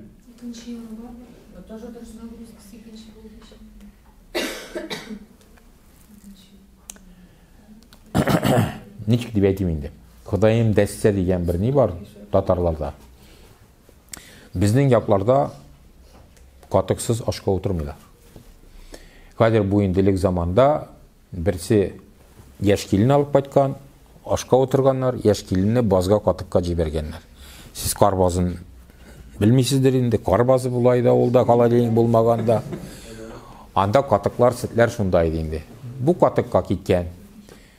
Утыралар кетеп, юк та юк, аш суынган инде.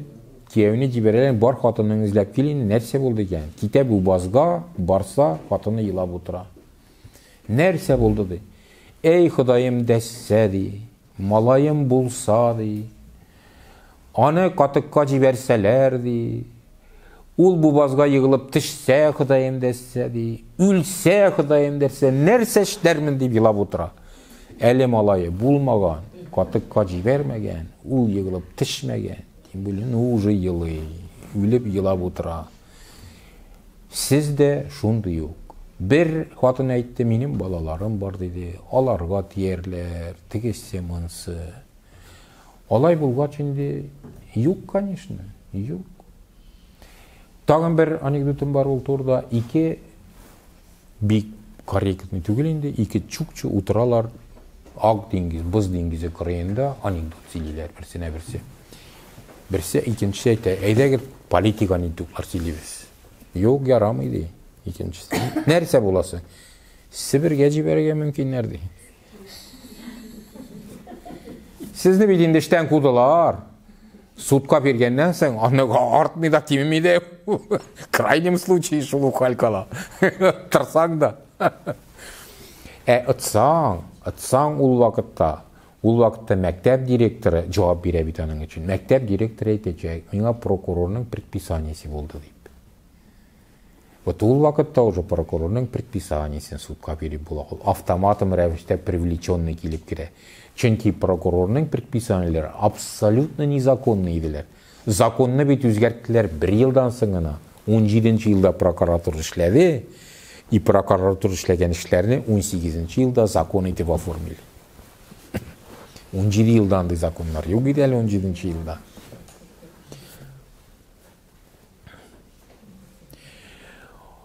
Вот мин сезгә сөйләнәм законнарны, мин сезгә хукукларны, ләкин законнар үзләре тормышка ашмыйлар.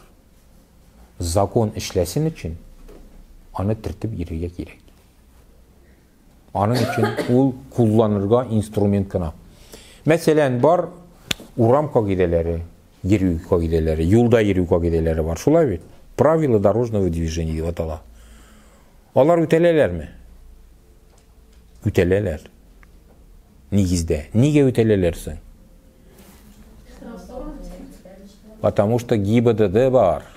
ГИБДД аны тикшереп тора. Сезгә кагылган законнар өчен ГИБДД юк, аны тикшерү ГИБДД сез. Аның өчен бузылган очракта гариза язып, судка барырга кирәк, прокуратурага барырга кирәк. Әлбәттә, аның өчен сезгә кимдә рәхмәт әйтми. Аның өчен медаль бирмиләр, лишний разряд бирмиләр. Ну, басып торсагыз да бирмиләр. Инде эштән куып чыгара башлагач, судка бирергә кирәк, һич шиксез. Чөнки сез бер нәрсә дә югатмыйсыз. Но, видимо, Худайым дәсте рөхсәт бирмей мондай эшләргә. Тәҗрибә күрсәткәнчә. Хәзер разрядлар турында да әйтеп китәсем килә. Сез укытучылар бар сезнең арада. Киләсе елдан аттестация үзгәрә. Шатландырдылар түгел. Аңа хәзерләнергә кирәк. Аттестациягә керә. Сез укытучыларның профессиональ стандартлары дигән әйберләрне ишеткәнегез бармы? Күргәнегез бармы? Күргәнегез булмаса, алып укыгыз. Ул сайтта бар. Ләкин Мәгариф министрлыгында түгел. Казан укырда да түгел. Ул Минтруд сайтында. Чөнки ул Минтрудныкы. Профессиональный стандарт педагога. Алып укыгыз. Һәм хәзерләнегез. Чөнки аттестация вакытында Мәскәүдән була тестирование. Бөтен педагогларга мәҗбүри рәвештә. Сез аттестациягә керергә уйласагыз, башта тест бирәсез. Шул профессиональ стандарт буенча. Ул тест егы кебек, ул Мәскәүгә китә, аны Мәскәү тикшерә. Монда сөйләшеп бер нәрсә дә эшли алмыйсыз. Компьютер артына кертеп утырталар, секретный шифр белән. Һәм шуннан соң үзегез язып җибәрәсез, сезгә җавабы килә. Сез биргәнме, бирмәгәнме? Бу әлбәттә укытучы булып эшләргә бирә алмасагыз да хукукыгыз кала. Ләкин түбән ставка белән. Ул аның белән танышыгыз. анда әлбәттә 75% аның егі сұраулар. То есть, үз предметіңізден. Ләкин бар анда педагогикадан да, мин сөйләгән дөнья мәгарифе системасы буенча да, ничек оештырылган дөньяда мәгариф системасы. Анда бар инклюзия, анда төрле сораулар бирәләр, ситуативный. Сез нәрсә эшлисез? Теоретически түгел. Һәм сез сәламәтлеге җитешмәгән балалар белән ничек эшләгәнне, психологиясын сөйләп бирергә тиешләр, нинди алымнар белән эшләп була, мәсәлән. Һәм бар анда безнең бит универсальные компетенции стандартларда федерал. Телчеләргә бирәчәкләр физикадан, математикадан кайбер мәсьәләләрне күз алдына китерәм, ул юкмы гадиерәкләрен инде. Физикларга, математикларга телдән була сорау, телдән алар беләләрме, ул программаны танышмалар белән үз эшләрендә куллана алалармы? Сез дә үз эшегездә математикадан, физикадан нәрсә куллана аласыз? Татар теле бит физика, математикада да бар. Татар теленнән мисаллар китереп була, мәсәлән. Шуңа күрә андый сорауларда була. Инде гомумән минем сезгә тәкъдим, үзегездә, мәктәптә, методик берләшмәдә, чәй вәкият сөйләп утырганчы, ниндидер дөньяда булмаган темаларны обсуждать итеп, шул профессиональный стандартны өйрәнергә. Бер үзегез генә өйрәнеп чыгып булмый. Мин укып чыктым, карадым, мин сезгә әйтәм, хәзерләнмичә мин аны бирә алмыйм. Дигысын мин бирәм, математикада мин дөммәдем, исерек булса да 5-ке язам аны. Но тегеләрен, калганнарын яза алмыйм. Егы бирмәгән фәннәр мәсәлән, без бит инде егы бирмибез, ул филологиядән.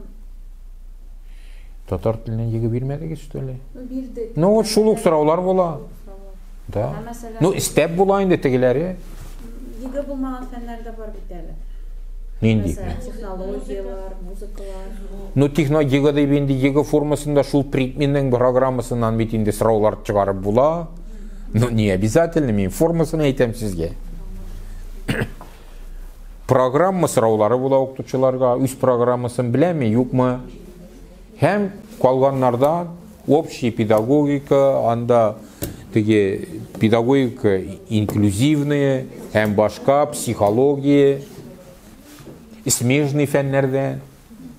Ну мин сезгә әйтәм, үзегез карап укып чыгыгыз. Анда бөтен категорияләргә бар таләпләр. Сез аны стандартны белергә тиеш. Шул стандарттан була бөтен Россия буенча единый экзамен. Единый дип инде ул шул бөтен укытучы аның аша уза, һәр укытучыга үзенең тесты персональный. Төрле әйберләр бар. Яңа елдан соң эксперимент рәвешендә, 22нче елдан соң стабиль рәвештә кертелә дип сөйлиләр. Мин уйлыйм, бу укытучыларның хезмәт хакы буенча экономия ясар өчен кертелә дип уйлыйм. Чөнки аны яхшы белгән кешеләр мәктәптә укытучылык эшләмиләр.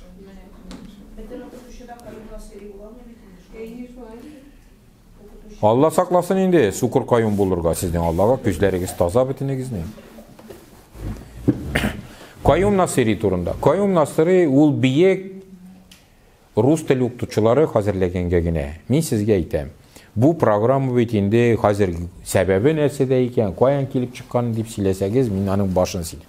1870 елда Россиядә программа кабул ителә. Об обращении инородцев дигән. Аны министр просвещения Толстой тәкъдим итә Сенатка, Сенат аны кабул итә. Ул икелештән тора. Ул интернетта бар, алып карый аласыз үзегез. Толстой дисәгез дә килеп чыга, об обращении инородцев дисәгез дә килеп чыга. Ул зур документ түгел, укып чыгарсыз. Анда бар махсус бүлек, зур бүлек, иң зур өлеше аның тора об обращении татар Магометан дигән. Аның башы башлана шулай. Татары Магометане зомбируемыми своими муллами являются самым трудным народом для обращения. Прямо буквально шундай җөмлә белән башлана. Һәм шуңа күрә аларга махсус программа төзиләр. Анда язылган: башта мәдрәсәләргә, мәктәпләргә рус теле кертергә. Рус телен татар кешеләре укытырга тиеш. Руслар түгел. Алар руслардан куркалар, шикләнәләр христианнардан, шуңа күрә мөселманнар, татарлар рус теле укытырга тиеш. Шуның өчен татарлардан рус теле укытучылары хәзерләргә тиеш. Каюм Насыри шуның белән шөгыльләнгән. Ул бөтен кеше текереп йөри торган Каюм Насыри булган. Һәм креститель Ильминскийга атна сайын отчет язып торган. Шул беренче рус теле укытучыларын татарлардан ул хәзерләгән. Вот аннан соң инде муллаларны рус теле белгән кешеләрне генә куярга. Башка кешеләргә муллалыкка рөхсәт бирмәскә. Аннан соң бөтен кеше рус теленә более-менее өйрәнгәч, предметларны рус телендә кертергә. Бөтен предметларны татар халкы рус телендә укырга күнеккәч, аны гадәт игал дип санагач кына православие кертергә мәктәпкә. Вот аннан бирле 150 елдан артык вакыт узды. Ул программа ахырына кадәр диярлек үтәлгән дип. Хәзер татарлар русча укытыгыз дип тавыш күтәрәләр. Особенно миңа кызыгы математиканы русча укытыгыз дип. Хәзер инде православие мәктәпләргә керә башлады. 1-4 ел элек ул фәннең исеме основы духовной, yok, ораксы ул Татарстанда. Основы духовной культуры. Уроки нравственности ничек дип атала ул. Yok, тифән шул Татарстан. Анда укытырга мөмкин ислам, православие, иудаизм, аннарысын тагын нәрсәләрдер, һәм основы религии, светской этики. Татарстан инде сайлады ораксы, ул Татарстанда гына ораксы, ул берилеше. Но сез думаете, Ульяновскида, Челябидә һәм башкаларда анда основы православие, анда балалар мөселман, ислам динен сайласалар да, ул бит 4-нче класста керә, анда бер генә укытучы. Сез думаете, мәктәп директоры анда чилтирәтеп бөтен шәһәр буенча моны укытырга укытучы эзләп бирер, что ли? Исе китә, ул ата-аналарга әйтә, бар бер укытучы, вот православие укыйсыз, бетте. Хәзер инде теге чиркәү йөри, моны 9-нчы класска кадәр кертергә бу предметны дип. Ул бит шулай әкрен генә эшләнә. Яхшы тигел дип утырган сайын башыңа баса баралар. Вот аның нигезе шунда, ул шул бер нинди революциягә карамастан, бер туктаусыз дәвам итә. Вот Каюм Насыриның биеклеге шунда гына. Шуңа күрә ул биек. Ярар бу 90-нчы елларда ничектер Гаяз Исхакины чыгара алдылар. Тристен дә чын татар кешесе, бөтен гомерен татарларга биргән кеше. Идел Урал Республикасы төзим дип биргән. Муса Җәлилләрне саклап калган сезнең өчен.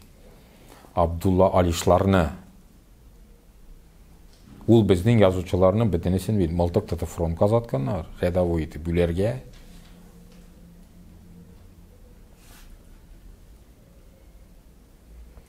Улардан да җыеп алган, саклаган, язарга мөмкинлекләр тудырган.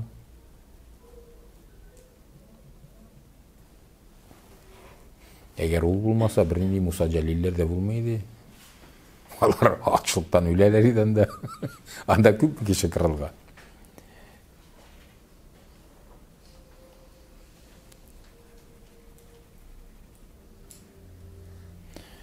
Ачлыктан үлүдә ул безнең илнең ул кешеләрне таныму аркасында, чөнки халыкара документлар буенча пленга эләккән солдатларны шул ил үзе ашатырга тиеш. Мәсәлән, беренче бөтен дөнья сугышында безнең татарларның бар истәлекләре dibinde istelikleri, даже бар нелері, пластинкалары. Алар Германияда пленге элеккеннәр, ләкин патша хөкүмәте аларның солдат паекларын биреп торган. Германия хөкүмәте аларга мәчет төзегән, аларында пластинкалар чыгарганнар, аннары соң иләренә хат язып ятканнар, посылкалар алып ятканнар, Красный Крест аша.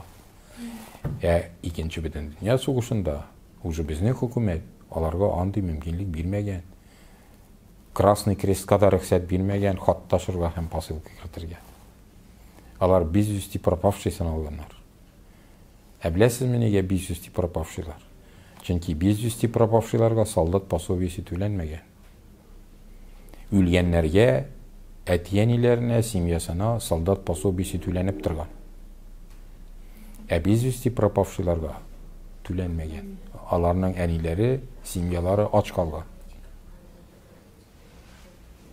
Ул бит сугыш беткән белән, сугыш башланган белән, кеше ашаудан туктамый, ашарга да кирәк, кияргә дә кирәк. Ашарга кирәк кенә 3 мәртәбә. Вот сезнең ирегезне алып китеп бер нәрсә дә бирмәсеннәр. Ничек яшисез? Ничек карыйсыз булаларны? Аларның ирләрен алып китсәләр дә бит аларның солдат пособиеләре килеп торган. Ниндидер акча булган барыбер. Без вести пропавший булгач, все бер тиен дә юк. Юк. Шуңа күрә безнең илдә шул кадәр күп без вести пропавший да. Мин безнең институтта, тарих институтында бар Суслонгер лагере турында информация. Суслонгерны сез беләсезме кая икәнен? Марида. Анда нәрсә эшләгәннәрен беләсезме? Анда солдатлар сугышка хәзерләнгәннәр. Һәм аларның ачлыктан яртысы үлеп беткән. Шул үлеп беткәннәрнең яртысы без вести пропавший. Ничек ул учебный лагерьда можно быть без вести пропавший? Сез уйлап карагыз. Кырга чыгып кирмиләр. Бер кая, шунда утыралар. Без вести пропавший. Чөнки без вести пропал булгач, аның семьясына түләргә кирәкми. Зур экономия.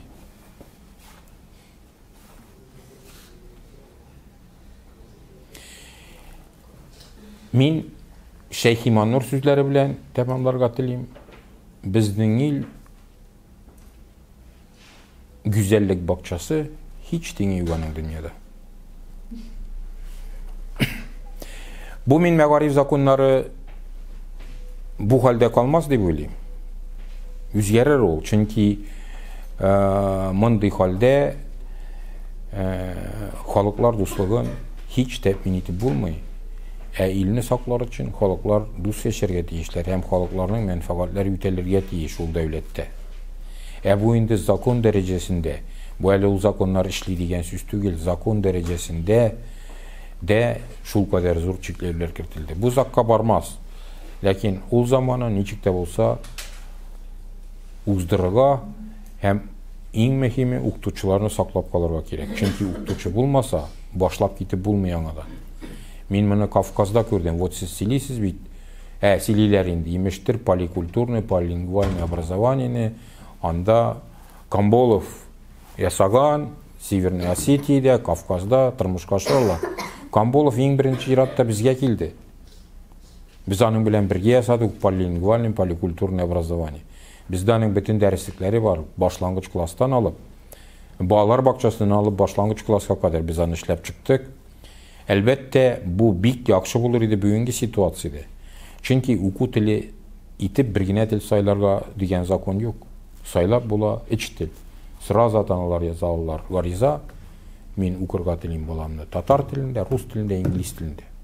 Һәм предметларны алып барып була 3 телдә. Аның бөтен методологиясе эшләгән, дәреслекләре дә бар. Ул дәресләр әлбәттә башлангыч класска 2 телдә, рус телендә һәм татар телендә. Рус телендәге дәреслекләрдә татарча сүзлек бирелгән терминнарныкы, татар телендәге дәреслекләрдә рус телендә бирелгән терминнар. Алар 2 телне дә белеп укыйлар укыганда. Терминнарында, телләрендә.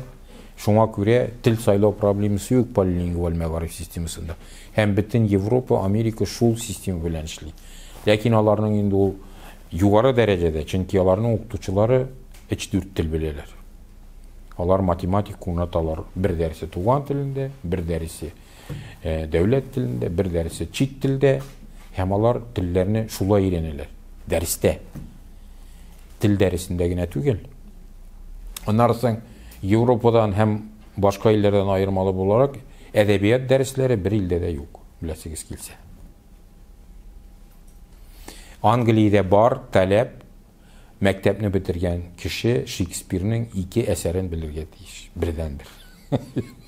Ләкин калган уку бит ул һәр кешенең үз эше шәхси. Укырга өйрәтәләр аларны. Инде нинди әдәбият укырга, ничек укырга, аның улысы.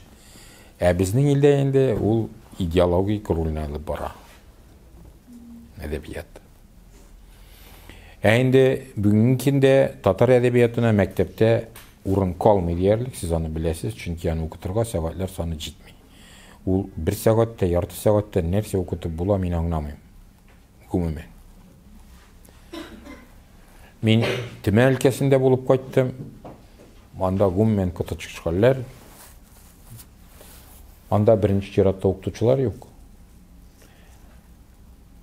Авыл мәктәпләрендә бар инде 1 сәгать әдәбият, 1 сәгать татар теле.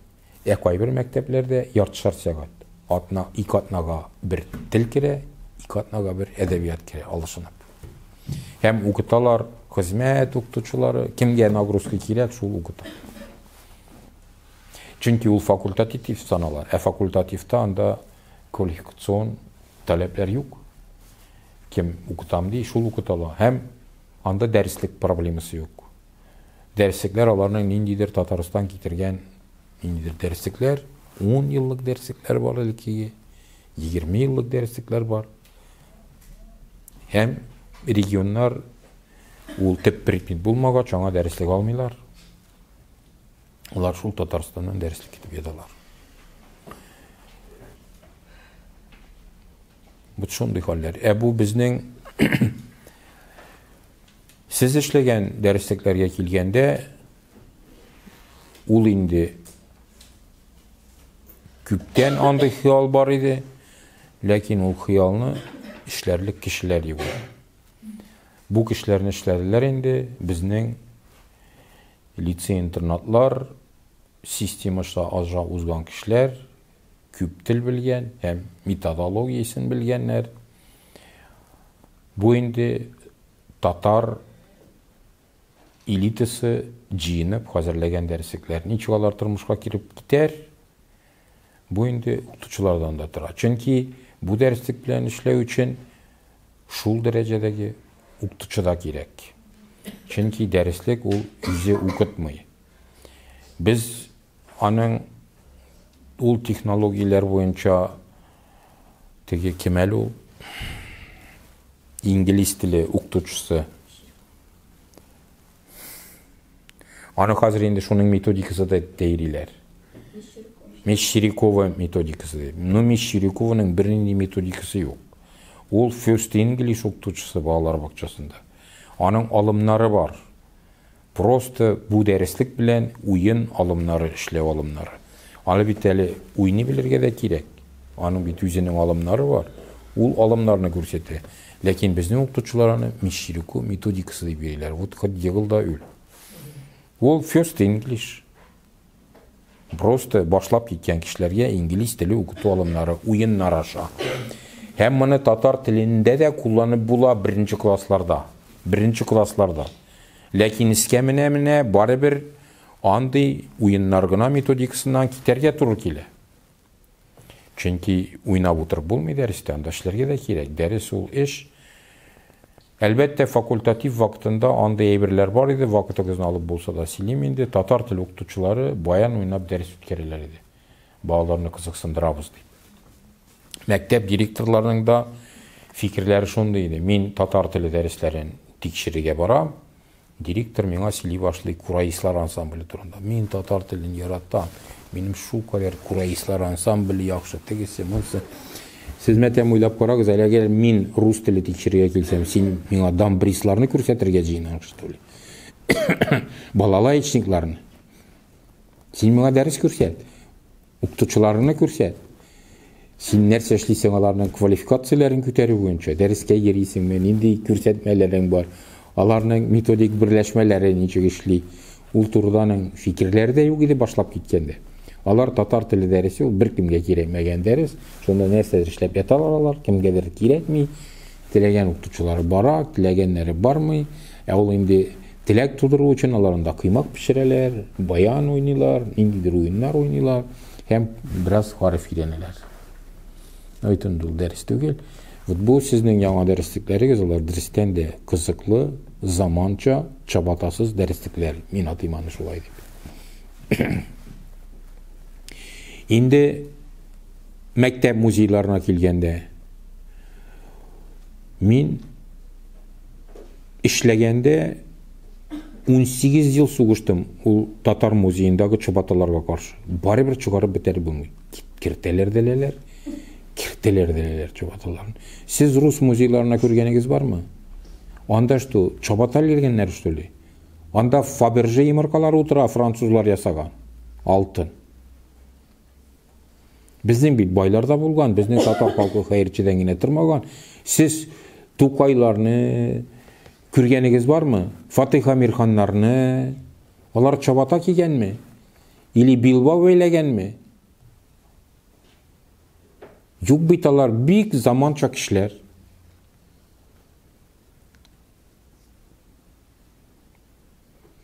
Хәзерге заман татарлары. Мин татар түгелме? Татар образын үзгәртергә кирәк инде. Бу дәреслек шуңа да юнәлтелгән. Чөнки хәзер татар кешеләре әле 10нчы елдагы перепис буенча да 75% шәһәрдә яши. Хәзер инде 85-кә җиткәндер дип уйлыйм. Яшьләр арасында ул 95%. Авылда балалар юк бит. Сез шуны беләсезме? Алар янда тумыйлар. Алар бөтенесе шәһәрдә туа. Алар өчен туган авылым, анда чишмә булын, каз үрдәк, аларга иллюзия, юк ул. Алар асфальт кешеләре. Аларның менталитетлары бөтенләй башка. Сез аларны куркытасыз гына ул чабата белән.